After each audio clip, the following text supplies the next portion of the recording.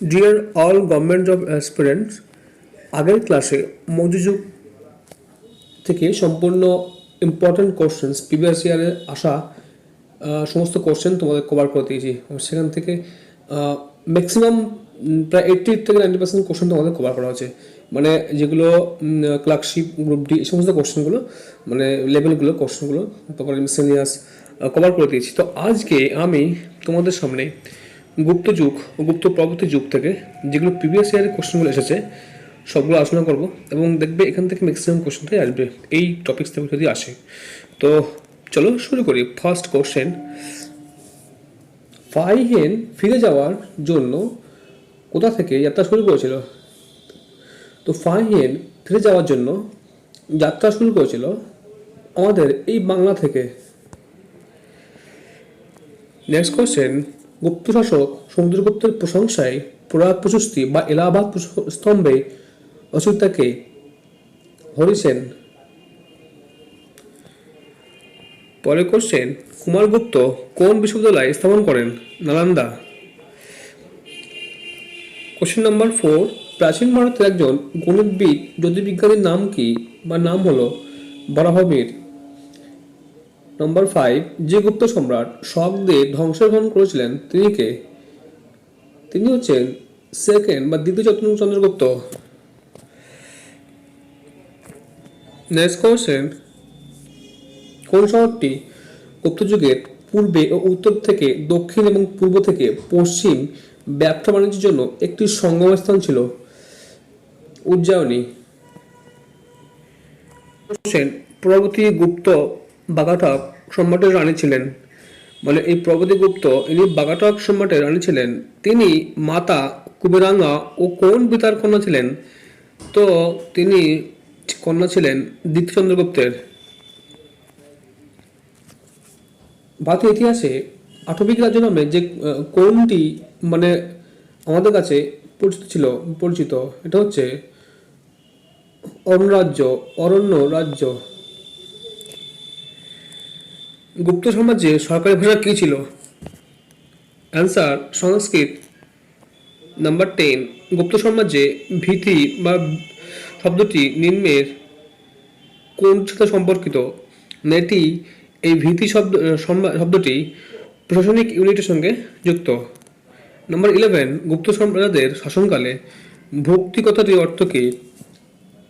কথাটির অর্থ হলো প্রদেশ। কোন ব্যক্তি সংস্কৃতিতে প্রয়াগ প্রশস্তি রচনা করেছিলেন হরিসেন। গুপ্ত বংশের প্রথম শাসক কে ছিলেন? এটি ছিলেন প্রথম চন্দ্রগুপ্ত। নাম্বার 14, মালবিকাগ্নি মিত্রম কে রচনা করেন কালিদাস। 15, ভারত ইতিহাসে কুল্লবাপ এবং দনবাপ শব্দটি বলতে কি বোঝায় ভূমির পরিমাপ। পরের কোশ্চেন, কোন স্তম্ভলেখতে সমুদ্রগুপ্তকে তার বিজয় কীর্তির জন্য ভারতের নেপোলিয়ন হিসাবে উল্লেখ করা হয়েছে? এটি উল্লেখ করা হয়েছে এলাহাবাদ প্রশস্তিতে। নম্বর 17, বাধ্যতামূলক শ্রম ভিস্তি সম্পর্কে প্রাচীন ভারতে বা গুপ্ত আমলে কি জানা যায়? এটি একটি রাজ্যের বড় আয় যা সাধারণ পাবলিক অল্প করে কর দিত। সমুদ্রগুপ্তের পরে কোশ্চেন, সমুদ্রগুপ্তের পর কে শাসক হন দ্বিতীয় চন্দ্রগুপ্ত। 19, গুপ্ত যুগের স্বর্ণ মুদ্রা কি নামে পরিচিত? দিনার। পরে কোশ্চেন নাম্বার 20, 600 থেকে 1200 খ্রিস্টাব্দের ব্রহ্মদেব অনুদান বা ব্রহ্মদেব গ্রান্টস এর বৈশিষ্ট্য কি? এর বৈশিষ্ট্য হলো এই অনুদানগুলি ছোট জায়গা থেকে বিভিন্ন গ্রামের মধ্যে আলাদা হতো এবং বেশিরভাগ অনুদান বিক্ষুব্ধ এলাকায় করা হয়েছিল। 21, বৃহৎ সংহিতা গ্রন্থের লেখককে? বরাহমিহির। কোন গুপ্ত সম্রাট হুনদের আক্রমণ উন্নত করেছিলেন? স্কন্দগুপ্ত।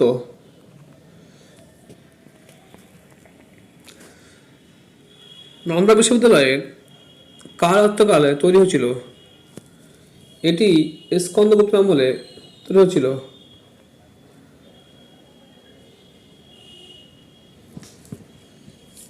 সরকারি উপাধি লাভ করেছিল কে?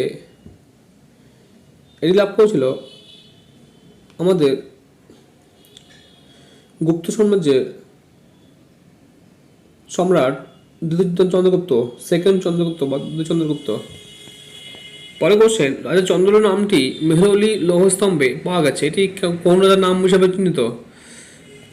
রাজা চন্দ্র নামটি মেহরৌলি লৌহস্তম্ভে পাওয়া গেছে। এটি রাজা দ্বিতীয় চন্দ্রগুপ্ত। পরে কোশ্চেন, কে এবং কখন গুপ্ত অপপ্রচার শুরু করেন?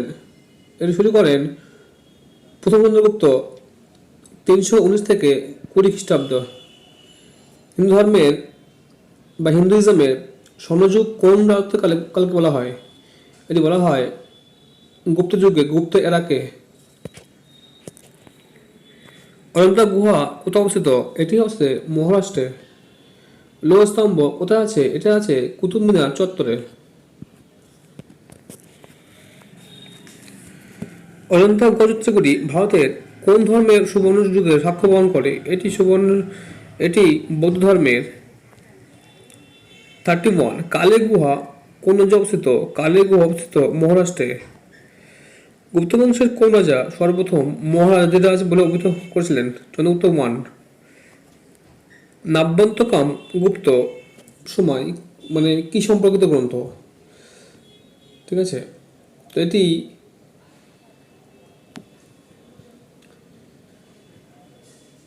তো এই নাব্যন্তকম গুপ্ত সময়ে এটা হবে গুপ্ত সময়ে এটি চিকিৎসা ট্রিটমেন্ট সম্পর্কিত। আচ্ছা, নেক্সট 34 পঞ্চসিদ্ধান্তিকা, বৃহৎ সংহিতা এবং সাক্ষ্য সিদ্ধান্ত এই গ্রন্থগুলি লেখক কে? এটি লেখক বরাহমিহির। ফাহিয়েন কার সময় ভারতে আসেন দ্বিতীয় চন্দ্রগুপ্তের আমলে। 36 কালিদাস লিখেছেন যে বইগুলো, সেগুলি হলো অভিজ্ঞান শকুন্তলম, মেঘদূতম, রঘুবংশম এবং মালবিকাগ্নিমিত্রম, ঋতুসংহার ও কুমার সম্ভব সবগুলি। দাক্ষিণাত্যের ক্ষেত্রে সমুদ্রগুপ্ত কি নীতি নিয়েছিলেন? ধম্মজয় নীতি। নেক্সট, পঞ্চতন্ত্রের লেখক হচ্ছে কে? বিষ্ণু শর্মা। যীশুখ্রিস্ট ক্রুশে দেওয়া ছিল কবে? 20 এডিতে বা খ্রিস্টপূর্বাব্দে। বৃক্ষমাদিত্য হিসাবে কে পরিচিত ছিল দ্বিতীয় চন্দ্রগুপ্ত। 41 শূন্যের ধারণার প্রবর্তক কে? আর্যভট্ট ছিলেন শূন্য ধারণার প্রবর্তক। লিচ্ছবি দৈত্য নামে কে পরিচিত? এটি পরিচিত সমুদ্রগুপ্ত। বিভিন্ন শ্রেণীর বিশেষ অপারেশনের যন্ত্রপাতি সাধারণত ব্যবহার করা হতো কোন শতকে বা শতাব্দীতে? এটি হচ্ছে প্রথম শতাব্দীতে।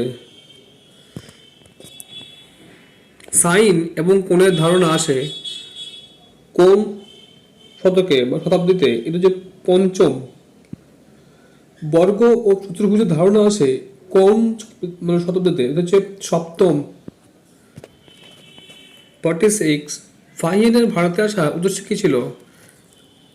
না, ফাহিয়েনের ভারতে আসার উদ্দেশ্য ছিল বা উদ্দেশ্য সেটা ছিল বৌদ্ধ প্রতিষ্ঠানগুলি দেখতে এসেছিলেন ও বৌদ্ধ পাণ্ডুলিপি সংগ্রহ করতে এসেছিলেন। কোন বংশের সময় দশমিক সংখ্যা এবং পূর্ণ সংখ্যা ধারণাটি প্রথম আবিষ্কৃত হয়? এটা হচ্ছে গুপ্ত যুগে। প্রথম গুপ্ত শাসক কে ছিলেন? শ্রীগুপ্ত। প্রকিও কিং গ্রন্থ লেখক হচ্ছে কে? ফাহিয়েন। বিক্রমবর্ষীয় রচিতাকে? এই গ্রন্থের রচিতা হচ্ছে কালিদাস। গুপ্ত আমলে কোন বন্দরটি উত্তর ভারতে বাণিজ্য পরিচালনা করেছিল? তাম্রলিপ্ত।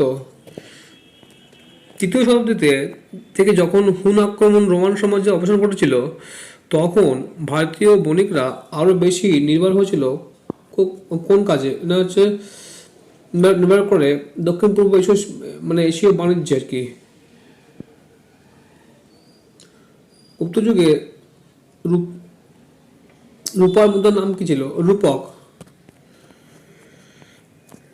54 গুপ্ত আমলে উচিত সংস্কৃত নাটকগুলোতে শূদ্ররা ও মহিলারা কোন ভাষা কথা বলতো? প্রকৃত বা প্রাকৃত।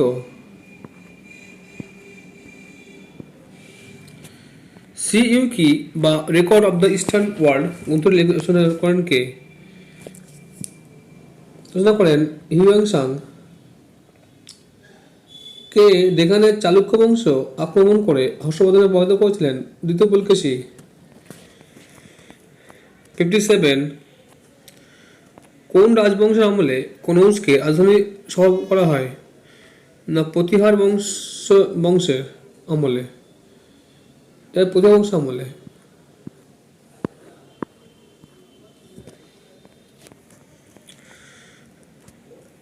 58 এবার গুপ্ত পরবর্তী যুগের কিছু কোশ্চেন দেখে নেওয়া যাক। বর্মন রাজ বংশের ভাস্কর বর্মন কোন অঞ্চলে শাসন করতেন? কামরূপ অঞ্চলে। কোন শিলালিপিতে সিল্ক তাঁতিদের গিল্ডের ইতিহাস মেলে? এটি মেলে মান্দাসর লিপিতে। ভাইয়ের মৃত্যুর পর হর্ষবর্ধন থানেশ্বর ও কনৌজের সিংহাসনে বসেন। তার ভাইয়ের নাম কি? ভাইয়ের নাম রাজ্যবর্ধন। 18 খ্রিস্টাব্দে হর্ষবর্ধন কার কাছে পরাজিত হন? দ্বিতীয় পুলকেশীর কাছে। 62 হর্ষবর্ধনের বল্লভী বিজয়ের কোন শিলালেখ হতে জানা যায়? হর্ষবর্ধনের বল্লভী বিজয় আমরা জানতে পারি নবশরী তাম্রলেখ হতে। কাদম্বরী লেখকের নাম কি? বাণভট্ট। কোন পর্যটক বিখ্যাত নালন্দাতে 10 বছর কাটিয়েছিলেন? তো হিউয়াংসাং কাটিয়েছিলেন। হর্ষচরিতে বর্ণিত ভাস্কর নামে এক রাজা হর্ষবর্ধনকে বিভিন্ন উপঢৌকন পাঠাতেন। এই ভাস্কর কে ছিলেন? এটি ছিলেন আসামের বর্মন রাজবংশ।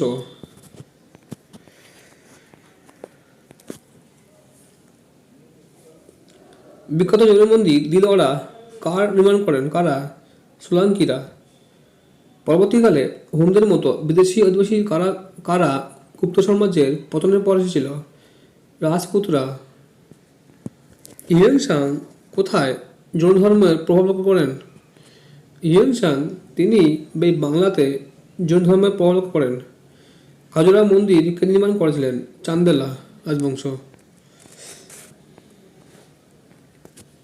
70 কোন রাজপুত সম্রাট মোহাম্মদ ঘুরিকে প্রথমবারের জন্য পরাজিত করেন? এটি কৃষ্ণবর্মন। 738 সালে আরবদের কারা পরাজিত করেন? প্রতিহার। 72 চীনা রাজদূত যাকে তিয়ান সম্রাট পাঠিয়েছিলেন কার দরবারে পাঠিয়েছিলেন? হর্ষবর্ধন। কোন শাসক হর্ষবর্ধনের দক্ষিণ ভারত যাত্রার প্রবর্তন ঘটান? এটি করেন দ্বিতীয় পুলকেশী। বাংলার প্রথম সার্বভৌম শাসক কে ছিলেন? শশাঙ্ক। 75 আজকে লাস্ট কোশ্চেন। হর্ষ সাম্রাজ্য দক্ষিণে কার কাছে স্তব্ধ হয়েছিল? নর্মদা নদীর তীরে। তৃতীয় পুলকেশী। এই ছিল 75টি হিস্ট্রি গুপ্ত এবং তার পরবর্তী যুগের বিভিন্ন ইয়ারে বিভিন্ন এক্সামে আসা কোশ্চেন আনসার। আর এর থেকে তোমরা প্রত্যেকটি পরীক্ষা উপকৃত হবে। আর যদি এরকমই ভিডিও পেতে চাও বা কিছু শিখতে পারো তাহলে অবশ্যই চ্যানেল সাবস্ক্রাইব করবে, এটি অনুরোধ রইল। আর দেখার জন্য অনেক ধন্যবাদ। Thank you for watching.